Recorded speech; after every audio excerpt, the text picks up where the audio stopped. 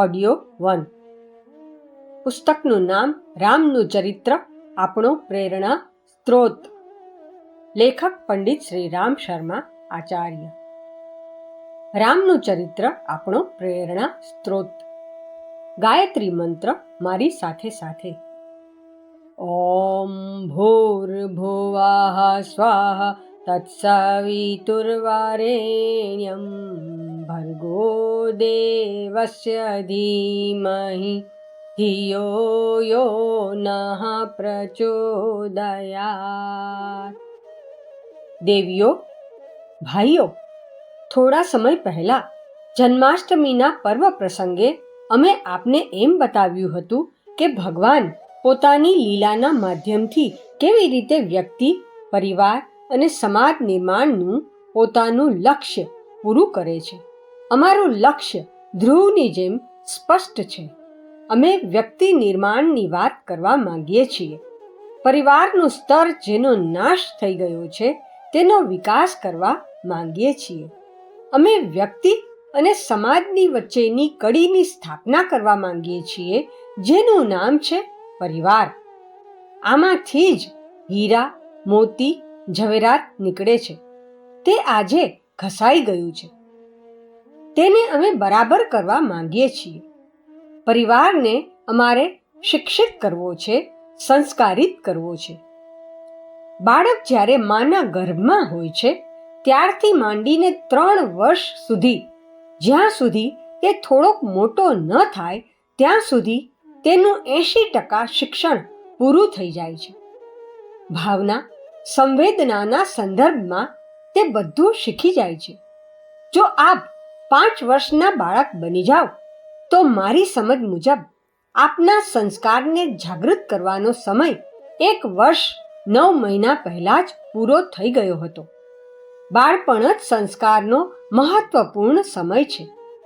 આપ પબ્લિક સ્કૂલોમાં માસિક હજારો રૂપિયાનું શિક્ષણ અપાવી શકો છો, જ્યાં બાળક ઇસ્ત્રી કરેલા કપડાં પહેરવાનું, બૂટ પર પોલિશ કરવાનું, થેન્ક યુ વેરી મચ કહેવાનું શીખી જશે. પણ જે સંસ્કાર આપણે પરિવાર હેઠળ આપી શકીએ છીએ તે ક્યારેય આ સ્કૂલોમાં શક્ય નથી. સંસ્કાર ક્યાંથી આવે છે? તે મા બાપ પાસેથી આવે છે. અમે સુગંધી પરિવાર બનાવવા માંગીએ છીએ. મિત્રો, આજે પરિવાર સંસ્થાનો નાશ થઈ ગયો છે. આજે અમને ક્યાંય પરિવાર નજરે પડતા નથી. તે કામ વાસનાની કાર્ય પ્રવૃત્તિ કરવાનું કેન્દ્ર જ રહી ગયા છે. તેમની અંદર એ ખ્યાલ તથા પ્રયાસ ક્યાં છે કે પરિવાર અંતર્ગત તેઓ વિચારે કે આપણે પરિવાર, સમાજ, દેશ અને સંસ્કૃતિ માટે એક મહાન રત્ન આપવું જોઈએ જે પ્રગતિ કરી શકે. 2 માણસ મળીને એક ત્રીજો મહાન આત્મા બનાવે એવું સાહસ કોઈનામાં નથી. આજે પરિવાર વાસના પ્રધાન બની ગયો છે. આવી પરિસ્થિતિમાં અમે એક નવો પરિવાર વસાવવા માંગીએ છીએ જેમાંથી ઉત્તમ ચીજો નીકળી શકે. અમે સુગંધી પરિવાર વસાવવા માંગીએ છીએ. મિત્રો, ચંદનના જંગલની આસપાસ જે કોઈ ઝાડ ઉગે છે તે પણ એવું જ સુગંધી હોય છે. અમે ઈચ્છીએ છીએ કે એક એવો જ પરિવાર બને. અમે પરિવાર અને સમાજનું વાતાવરણ સારું બનાવવા માંગીએ છીએ. શાલીનતાનું, વ્યાવહારિકતાનું વાતાવરણ ઊભું કરવા માંગીએ છીએ જેથી માણસને જોઈને લોકો પરિવાર અને સમાજની સ્થિતિને જાણી સમજી શકે. આજે આપણી અંદર રાક્ષસ કામ કરી રહ્યો છે. તે ફક્ત માણસના વાઘા પહેરીને આવ્યો છે. હજી આપણી અંદરનો મહામાનવ, ઋષિ, ભગવાન, સંત ક્યાં જાગ્યો છે? એવું જીવન ક્યાં આવ્યું છે? અમે ઈચ્છીએ છીએ કે આપણે માણસનું જીવન જીવીએ, ઋષિ અને સંતોનું જીવન જીવીએ, માનવતાનું જીવન જીવીએ તથા દેશ અને સમાજનું ઉત્થાન કરીએ. મહામાનવોનું જીવન ચરિત્ર આપણું ઇષ્ટ બને. મિત્રો, અમે અમને પોતાને તથા બીજાને શિખામણ આપવા નીકળ્યા છીએ. અમે મિશનની એક રૂપરેખા બનાવીને નીકળી પડ્યા છીએ. આપે એ વાત ધ્યાનમાં રાખવી જોઈએ કે આપણે મંજિલ સુધી જવાનું છે. મહાપુરુષોનું, મહામાનવોનું જીવન ચરિત્ર આપણી મંજિલ છે. ત્યાં સુધી આપણે જવાનું છે. જેટલા મહાપુરુષો થયા છે તેમનું શિક્ષણ, તેમની વાણી આપણા માટે ઉપયોગી છે. પરંતુ તેનાથી પણ મહત્વપૂર્ણ છે કે તેમની જીવન જીવવાની કલા આપણે શીખવી જોઈએ અને તેમાંથી પ્રેરણા લેવી જોઈએ તથા પોતાનો આત્મવિકાસ કરવો જોઈએ. મહાપુરુષો કેવી રીતે જીવન જીવ્યા તેમાંથી જ આપણને પ્રેરણા મળે છે. એમણે શું કહ્યું તે અમને ખબર નથી.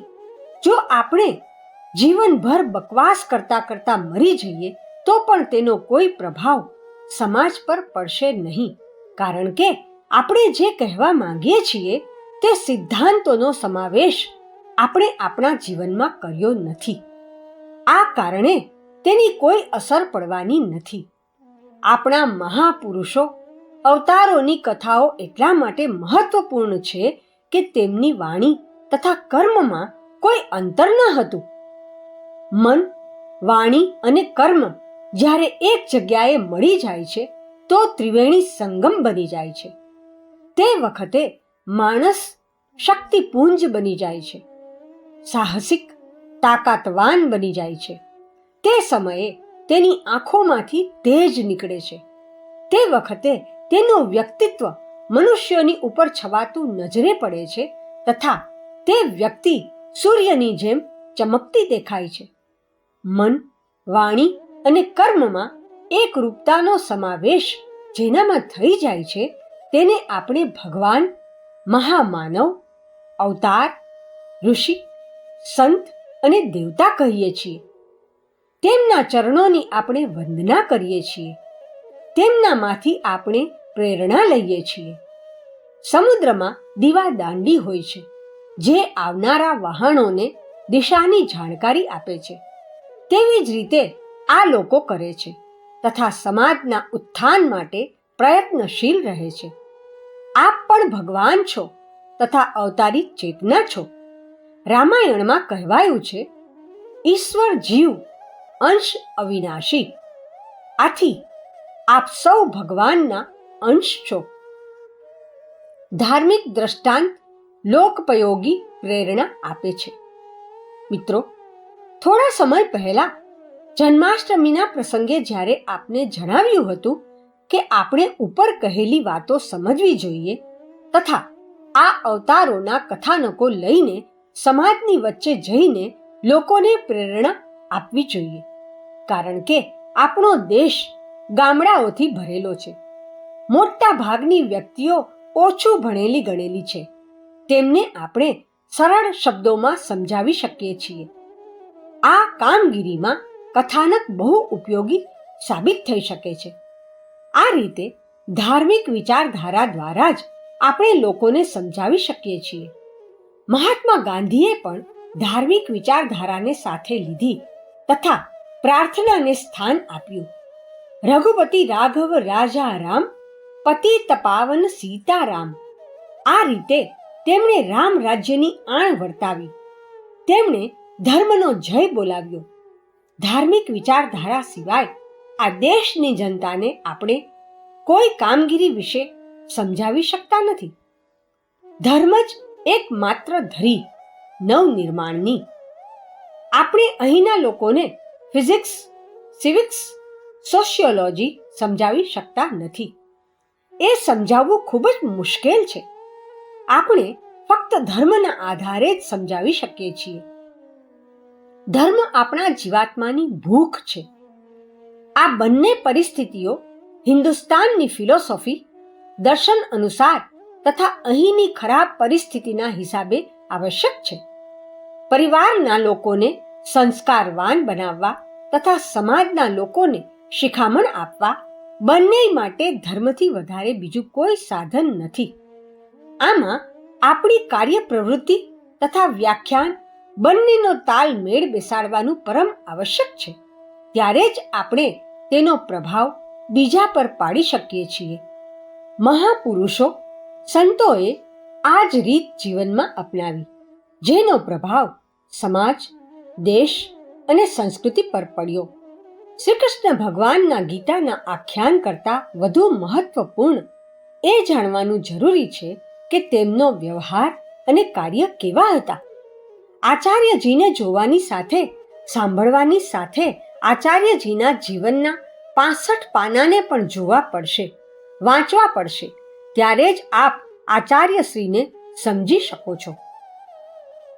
જનમાનસનો પરિષ્કાર થશે જીવન ચરિત્રની પ્રેરણાઓથી. સાથીઓ, હું આપને એ નિવેદન કરી રહ્યો હતો કે આપણે લોકમંગલના કાર્ય માટે, જનમાનસનો પરિષ્કાર કરવા માટે મહામાનવોના ચરિત્રોને લેવા પડશે. તેના માધ્યમથી જ જનચેતના જગાવવાનું કાર્ય કરવું પડશે. ત્યારે જ તે અસરકારક અને હિતકારક સાબિત થઈ શકે છે. પરંતુ એક વાત આપને જણાવવા માંગુ છું કે કોઈ પણ વ્યક્તિ પૂર્ણ નથી. જે પણ આ માનવ શરીરમાં આવ્યો છે તે ક્યાંક ને ક્યાંક ચોક્કસ ભૂલ કરી રહ્યો છે. એટલા માટે આપણે સારા ચહેરાઓના ફોટા પાડવા અને બનાવવાને બદલે તેમના ચરિત્રનો જે સારો પક્ષ છે, શ્રેષ્ઠ ગુણ છે, તેને લેવા જોઈએ. તેમની બુરાઈઓ પર આપણે ધ્યાન ન દેવું જોઈએ. ભગવાન શ્રી કૃષ્ણની લગ્નની બાબત અમે ક્યારેય લીધી નથી. અમે અમારા પિતાજી અને માતાજીના એ દ્રશ્યને ક્યારેય જોયું નથી જ્યારે તેઓ પરસ્પર હસી મજાક કરી રહ્યા હોય. શ્રી કૃષ્ણએ ગોપીઓ સાથે કેવો રાસ રચાવ્યો, શું મનોરંજન કર્યું, એ આપણે જોવાનું નથી. કારણ કે તેઓ આપણા પિતા છે. પિતાનું એ રૂપ જોવાનું મને પસંદ નથી. જે દ્રશ્ય જોઈને અમારી આંખ બંધ થઈ જાય, ઝૂકી જાય, એ દ્રશ્ય જોવા અમે નથી માંગતા. અમારે એમનું શિક્ષણવાળું પાસું જોઈએ.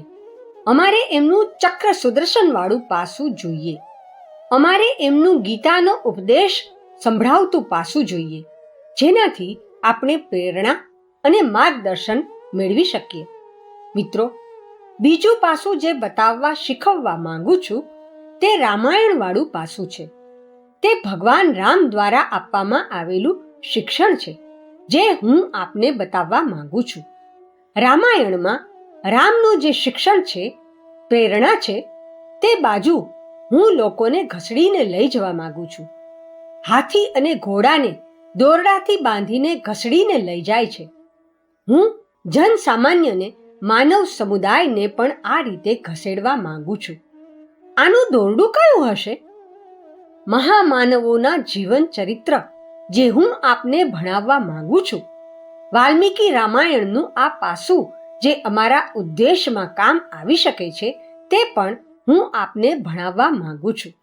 આથી આપ સૌને મારી પ્રાર્થના છે કે આપ જ્યારે પણ ક્યારેય જનતાની વચ્ચે જાઓ અથવા આપ પોતે વાંચો, તે વખતે આપ એ વાતો જ લોકોને બતાવવાનો પ્રયાસ કરજો જે પ્રેરણાદાયક હોય તથા આપણા ઉદ્દેશ્યોને પૂરા કરી શકતી હોય. અમારું મિશન ઘણા દિવસોથી સત્યનારાયણ વ્રત કથા સંભળાવતું રહ્યું છે. અમે ફક્ત સત્ય વાતોને જ માનીશું, તે જ સંભળાવીશું. આપ ધર્મની બધી જ વાત ન માનો, જે સત્ય છે એ જ માનો, કારણ કે ભગવાન એને જ કહે છે જે સત્ય છે. આથી આપ સત્યને, વિવેકને, ઇન્સાફને, નારાયણ માનો તથા તે જ કાર્ય માટે ગતિશીલ રહો તો આપને લાભ થશે. હવે હું આપને એમ કહું છું કે આપ રામાયણના માધ્યમથી પરિવાર, સમાજ તથા દેશને નવી પ્રેરણા તથા પ્રકાશ આપો. તેના નવા પાના ઉથલાવીને સૌને બતાવો. ભગવાન રામના ઘણા પાના ખૂબ જ મહત્વપૂર્ણ છે તથા ઘણા પાના એવા છે જેના પર ચર્ચા કરવાનું મને મંજૂર નથી. જે બિનઉપયોગી છે તેની સાથે અમારે કોઈ સંબંધ નથી. અમારે એ અંશ સાથે વધારે સંબંધ છે જે ઉપયોગી હોઈ શકે છે, દિશા આપી શકે છે. રામચંદ્રજીએ રાવણને માર્યો હતો. શ્રી કૃષ્ણજીએ ગોવર્ધન ઉપાડ્યો હતો. આ પ્રકારની વાતો માનવા તો આપણે તૈયાર છીએ, પરંતુ ભગવાનની અનર્ગળ વાતોને આપણે માનતા નથી. આથી આપ એ સમજી લો કે આપ આવા પ્રકારની વાતો આપના વ્યાખ્યાનમાં ક્યારેય નહીં કરો. આપણે વાસ્તવમાં કોઈ દેવી દેવતા કે પુસ્તકના ગુલામ નથી. અમે તો સત્યના પૂજારી છીએ. અમે અક્કલ, સત્ય અને ઇન્સાફના ગુલામ છીએ. આપ ખોટી વાતોને સમર્થન ન આપો. શ્રી કૃષ્ણ ભગવાનને 1600 રાણીઓ હતી, તો આપણે 3 કરી લઈએ તો એમાં શું ખોટું છે? આવી વ્યર્થ વાતો ન કરો. આપના વિચારોને ઉચિત રાખો.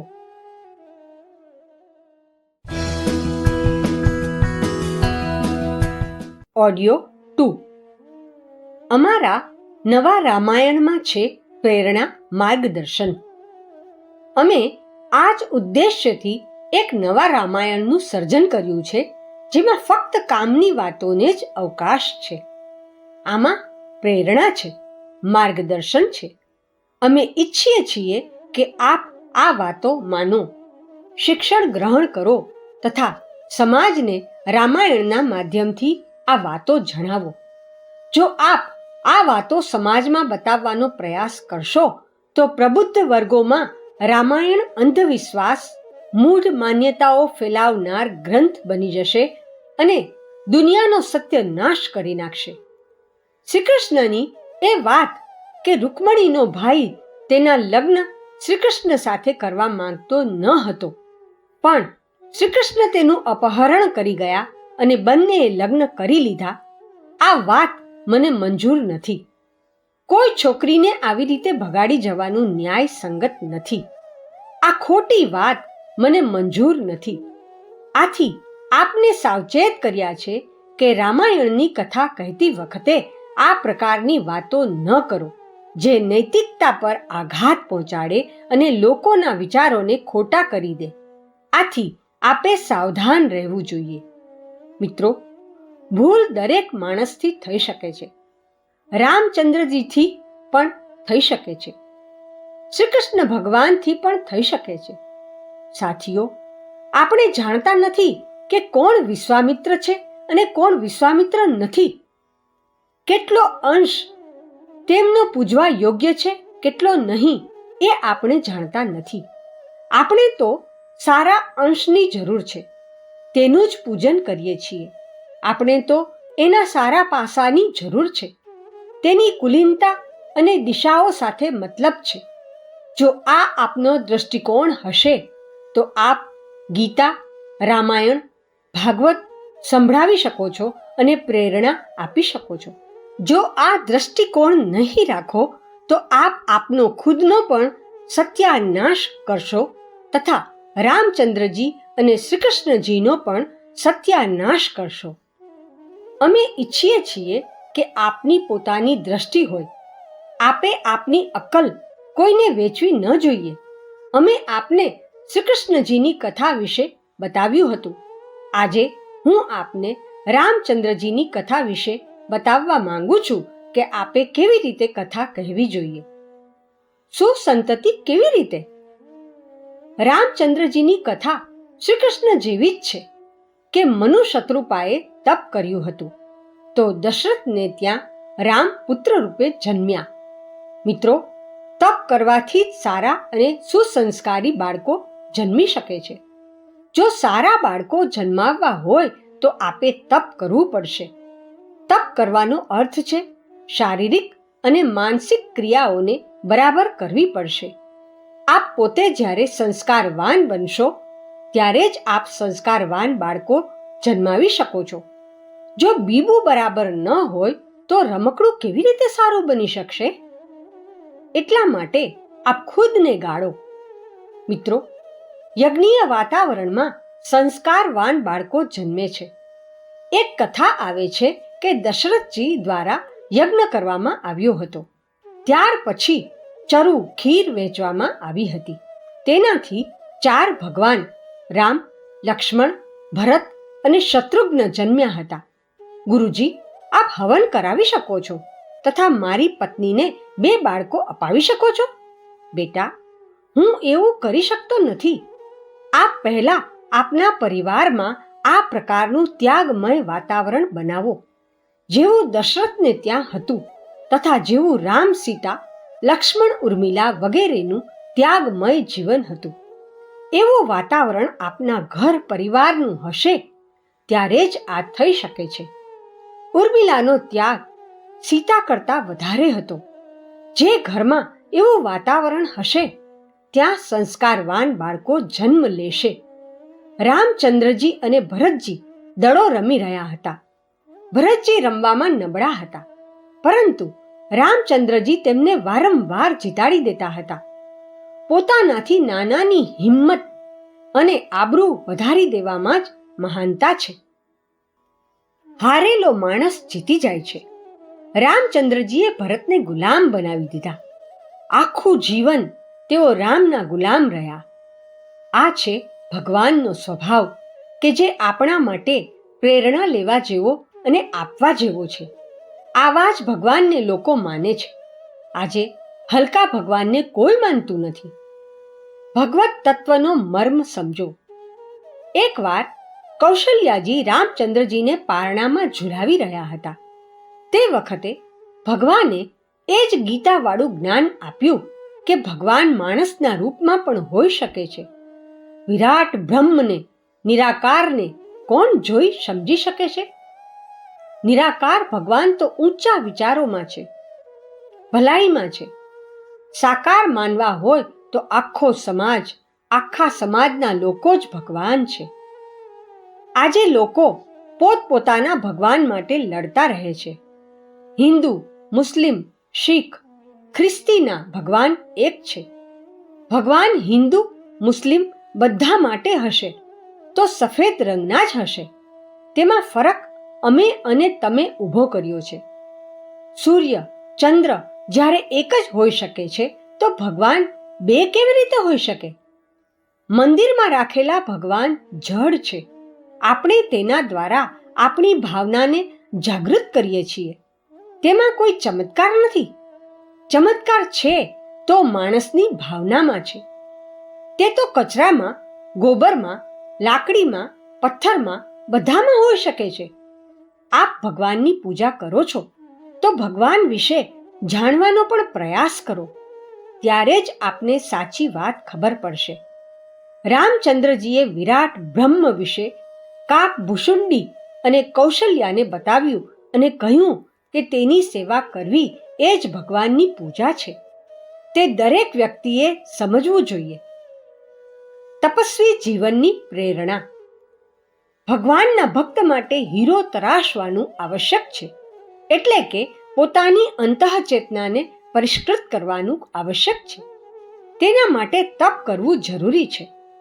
વિશ્વામિત્ર રામ અને લક્ષ્મણને એટલા માટે વનમાં લઈ ગયા અને કહ્યું કે તપ કરવાનું પરમ આવશ્યક છે. તેમણે કહ્યું કે અનીતિ સામે વિરોધ નોંધાવવો પડશે.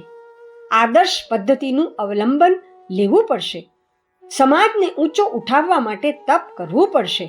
એટલે કે તપસ્વી જીવન જીવવું પડશે. તેઓ સહર્ષ તૈયાર થઈ ગયા અને તેમની સાથે ચાલી નીકળ્યા. ત્યાર પછી જ ભગવાન કહેવાયા. મહાપુરુષો માટે આ પ્રકારની તાલીમની જરૂર પડે છે. આદર્શ લગ્ન કેવી રીતે? રાજા જનકને 4 દીકરીઓ હતી. રાજા દશરથને ત્યાં એક યજ્ઞ થયો હતો, જેના ફળ સ્વરૂપે 4 પુત્રો જન્મ્યા હતા. આ ચારેયના લગ્ન જનકની પુત્રી સાથે થઈ ગયા. અમે આવા જ પ્રકારનું વાતાવરણ બનાવવા માંગીએ છીએ. હું દહેજનો વિરોધી છું, પણ જો કોઈ સ્વેચ્છાએ કન્યાને કંઈક આપે છે તો મને કોઈ વાંધો નથી, પણ પૈસા બતાવીને ન આપવા જોઈએ. આપ પેટીમાં મૂકી સ્વેચ્છાએ આપી દો અથવા દીકરીના નામે જમા કરી દો. દહેજ દરેક દ્રષ્ટિએ અનૈતિક છે, ઇમોરલ છે. તેને તત્કાળ બંધ કરવું જોઈએ. આ પ્રેરણા આપણે રામાયણમાંથી લેવી જોઈએ. આ રીતે આપણે રામાયણમાંથી બીજા પ્રેરણાદાયક દ્રષ્ટાંત લઈને લોકોને સમજાવવા જોઈએ. એકવાર દશરથજીને પોતાનો સફેદ વાળ દેખાયો. તેમણે વિચાર્યું કે મારે શું કરવું જોઈએ? આ સમન્સ છે મોતનું. દશરથજીએ સફેદ વાળ જોઈને પોતાના મોટા પુત્ર રામચંદ્રજીને બોલાવ્યા અને કહ્યું કે આપ આ રાજકાજ સંભાળો અને હવે અમારે વાનપ્રસ્થમાં જવાનું છે. આપ નાના ભાઈઓને તથા પરિવારની જવાબદારીને સંભાળો. આ પ્રાચીન પરંપરા હતી કે લોકોને જીવનના ઉત્તરાર્ધમાં વાનપ્રસ્થમાં જવું પડતું હતું તથા સમાજની જવાબદારી નિભાવવી પડતી હતી. સમાજમાં અલખ જગાવવો પડતો હતો. આમાં રામચંદ્રજીના જીવનમાં ધર્મ સંકટ આવી ગયું. વાસ્તવમાં આના વિના આપણે એ જાણી ન શકત કે રામચંદ્રજી, ભરતજી, લક્ષ્મણજી વગેરે કેટલા મહાન હતા. જ્યારે રામચંદ્રજી પાસે આ પ્રશ્ન આવ્યો કે આપ રાજપાટ સંભાળશો કે જંગલમાં વનવાસ માટે જશો, તો તેમણે જોયું કે રાજપાટ સંભાળવા કરતાં સિદ્ધાંતો માટે કષ્ટ ઉઠાવવું, મુસીબતો સહેવાનું વધારે મહત્વપૂર્ણ છે. તેમણે સમાજના ઉત્કર્ષ માટે, સિદ્ધાંતો માટે 14 વર્ષ સુધી વનવાસનો સહર્ષ સ્વીકાર કરી લીધો. તેમણે રાજપાટ, જે એશ આરામનું કામ હતું, તે ઠુકરાવી દીધું.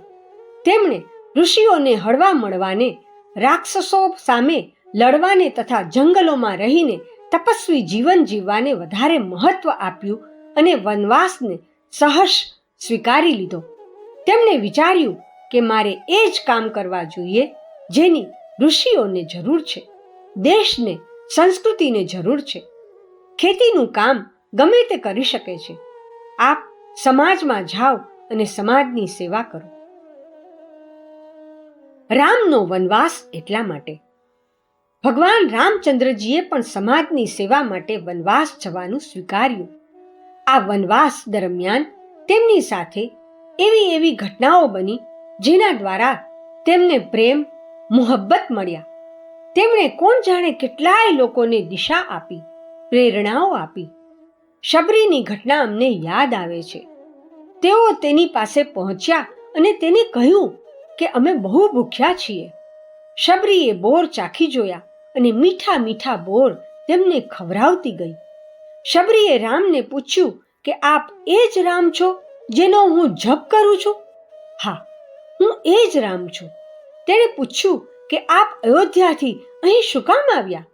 રામચંદ્રજી બોલ્યા, શબરી, હંમેશા ભગવાન ભક્ત પાસે આવે છે. હું સુરદાસ પાસે ગયો હતો.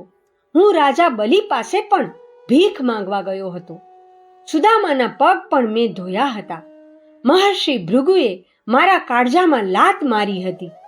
મીરા પાસે પણ હું ગયો છું. હું ભક્તનો ગુલામ છું. ભક્ત ભગવાનથી મોટો છે. શબરી, તું પણ રોજ રસ્તો વાળે છે. એ મહાન ભક્તિ છે. આ તારી અસલી ભક્તિ છે. મિત્રો, એક બીજા ભક્તની યાદ આવી ગઈ. સીતાજીને રાવણ હરીને લઈ જઈ રહ્યો હતો. જટાયુ આ જોઈને દ્રવિત થઈ ઉઠ્યો. તેણે રાવણને કહ્યું કે બીજાની પત્નીને આ રીતે હરી જવી તે પાપ છે. રાવણ બોલ્યો, તું ચૂપચાપ બેસી રહે, નકામી વાતો ન કર. જટાયુને આક્રોશ આવી ગયો અને તે અનીતિ સામે લડવા તૈયાર થઈ ગયો. જો કે આમાં તે મરી ગયો પણ અમર થઈ ગયો. આજે આવા પ્રકારના લોકો થઈ જાય તો પછી સમાજમાં ગુંડા ક્યાં રહી શકે? સમાજના લોકોએ સંગઠિત થઈને અનીતિ વિરુદ્ધ સંઘર્ષ કરવો જોઈએ. હારી જવાથી કોઈ અસફળ નથી થતું. આપણા સમાજમાં ઈસુ ખ્રિસ્ત અસફળ નથી થયા. લોકોએ એમના હાથ પગમાં ખીલા ઠોકી દીધા હતા, પરંતુ લોકો સફળ ન થયા. જે માણસો સિદ્ધાંતો માટે જીવ્યા છે તેઓ અમર છે. સોક્રેટીસે ઝેર પી લીધું, તેમ છતાં તેઓ મર્યા નથી, અમર છે. રામચંદ્રજી મર્યા નથી, અમર છે. જટાયુ જીતી ગયો હતો. રામચંદ્રજી આવ્યા અને તેના ઘા પોતાના આંસુઓથી ધોયા, પોતાને હાથે સાફ કર્યા તથા પ્રેમ આપ્યો. તેમણે કહ્યું કે કહેતા હો તો તમને સ્વર્ગમાં મોકલી દઉં, કહેતા હો તો મોક્ષ આપું. જટાયુએ કહ્યું, એ બધું મને ન જોઈએ. મિત્રો, ભગવાનના પ્રેમથી વધીને બીજું કંઈ જ નથી. તેણે કહ્યું, મને આપ મળી ગયા, હું ધન્ય થઈ ગયો. આપ ચિંતા ન કરો.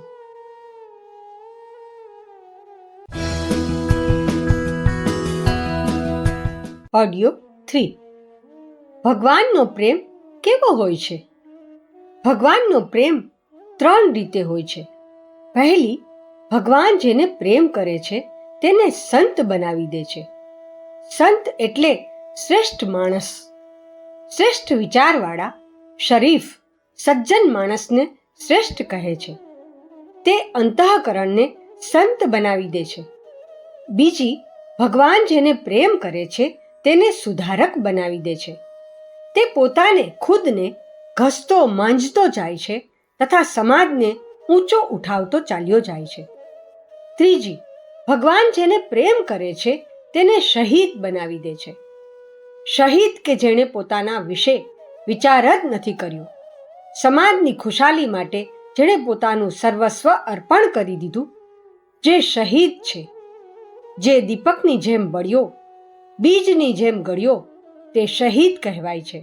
પછી ભલે તે ગોળીથી મર્યો હોય કે નહીં એ હું નથી કહેતો, પરંતુ જેણે પોતાની અક્કલ, ધન, શ્રમ આખા સમાજ માટે અર્પિત કરી દીધા તે શહીદ હોય છે. જટાયુએ કહ્યું કે આપે મને ધન્ય કરી દીધો, આપે મને શહીદનું શ્રેય આપી દીધું, હું ધન્ય છું. જટાયુ શબરીની એક શિખામણ છે. આ ભગવાનની ભક્તિ છે, આ જ સાચી ભક્તિ છે. મિત્રો, હનુમાનજી પણ રામના ભક્ત હતા. ભક્ત માગવાના મૂડમાં નથી રહેતો. ભક્ત ભગવાનનો સહાયક હોય છે. તે પોતાના માટે મકાન, રોટી, કપડાં કે બીજી કોઈ ચીજની ઈચ્છા નથી રાખતો.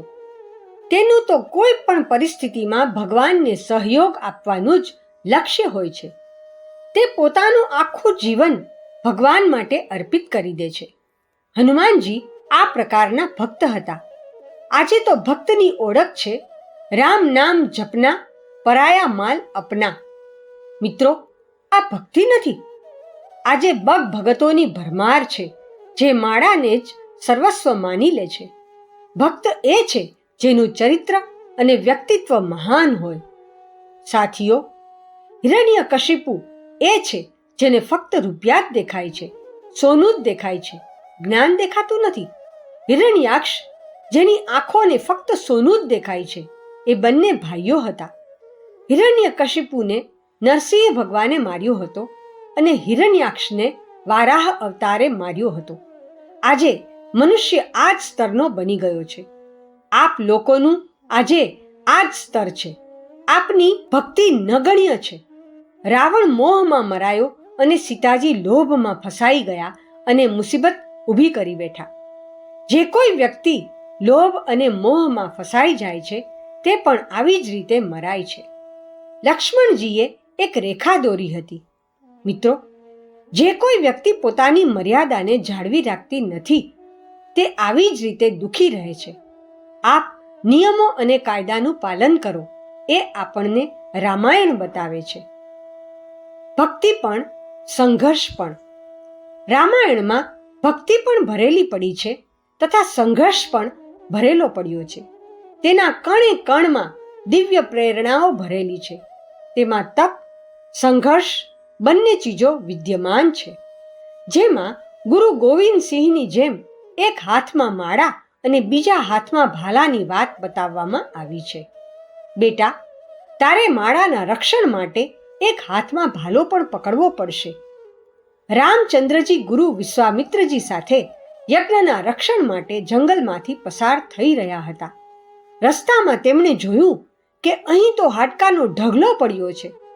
તેમણે પૂછ્યું કે આ હાડકા કોના છે? ગુરુજીએ જણાવ્યું કે આ એ ઋષિઓના હાડકા છે જેને રાક્ષસોએ ભક્ષણ કરીને નાખી દીધા છે.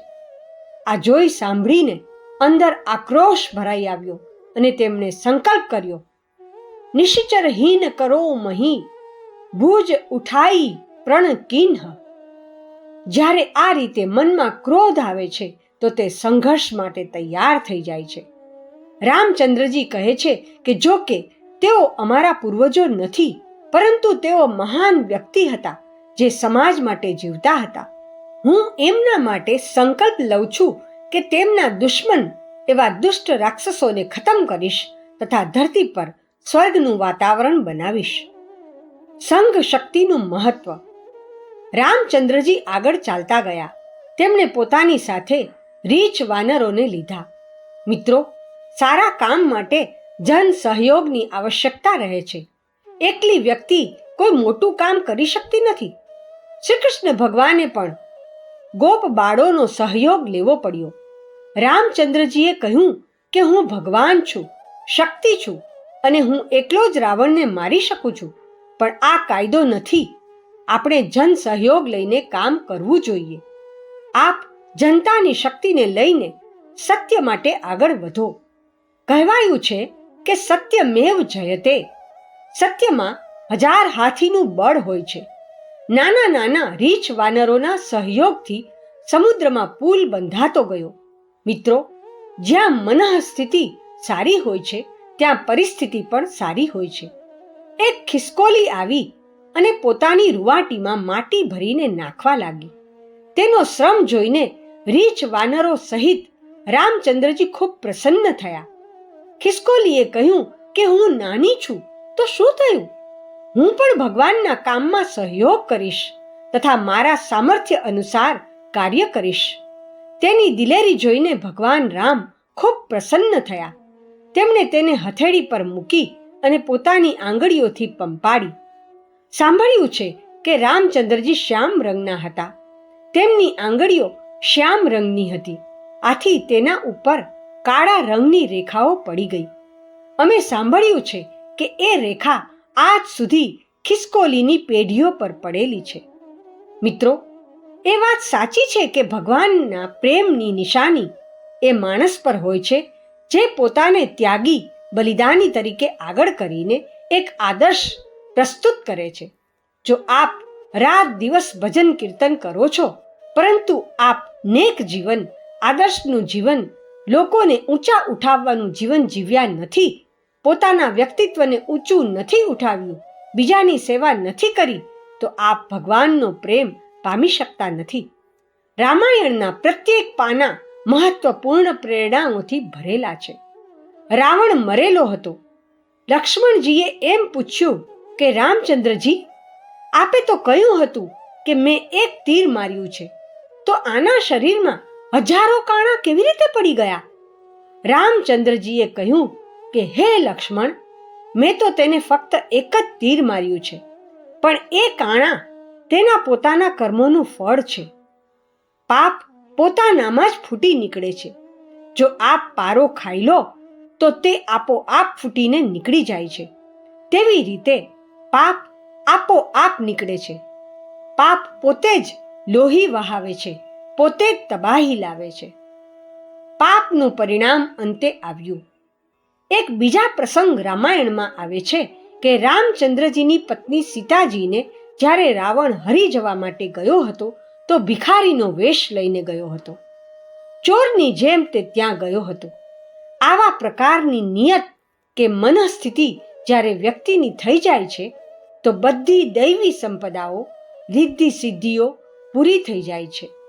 રાવણ બધી ચીજોથી પરિપૂર્ણ હતો, પરંતુ તેની એક ઉણપને કારણે ગોસ્વામી તુલસીદાસજી કહે છે, જીમી કુપંથ પગ ઘરડ ખગેશા, રહઈ ન તેજ બુદ્ધિ લવલેશા.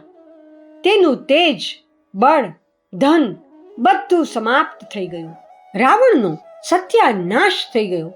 સોનાની લંકા કોણ જાણે ક્યાં ચાલી ગઈ. આખા કુટુંબનો સત્યાનાશ થઈ ગયો. આટલા મોટા જ્ઞાની, તપસ્વી, સામર્થ્યવાન માણસની એક ઉણપ તેનો સત્યાનાશ કરી શકે છે, અને એ છે ચાલ ચલગતની ખામી, ચિંતનની કમી. આપ લોકો સમાજને એ જ શિક્ષણ આપજો કે આપ સૌ શરાફત શીખો, માનવતા શીખો, ભલમનસાઈ શીખો, અપનાવો, સચ્ચાઈ, શ્રેષ્ઠતા, આદર્શવાદિતા શીખો. તેના દ્વારા જ વ્યક્તિ, પરિવાર, સમાજ નિર્માણનો ઉદ્દેશ્ય પૂરો થશે. મને વિશ્વાસ છે કે આપ અહીંથી આવા પ્રકારની વાતો શીખીને જશો તો અમારો ઉદ્દેશ્ય પૂરો થઈ શકશે. અમે અમારા મિશન દ્વારા રામાયણનું પ્રશિક્ષણ રામની દુહાઈ આપવા માટે નહીં, પરંતુ સમાજને રામનું ચરિત્ર કાર્ય પદ્ધતિથી માહિતગાર કરાવવા માટે શરૂ કર્યું છે, જેથી તેના માધ્યમથી લોકોને પ્રેરણા આપી શકાય અને સમાજને ઊંચો ઉઠાવી શકાય. આના દ્વારા આપણા મિશનનો વ્યક્તિ નિર્માણ, પરિવાર નિર્માણ, સમાજ નિર્માણનો ઉદ્દેશ્ય પૂરો થઈ શકે. આ જ અમારો રામાયણ પ્રશિક્ષણનો ઉદ્દેશ્ય છે.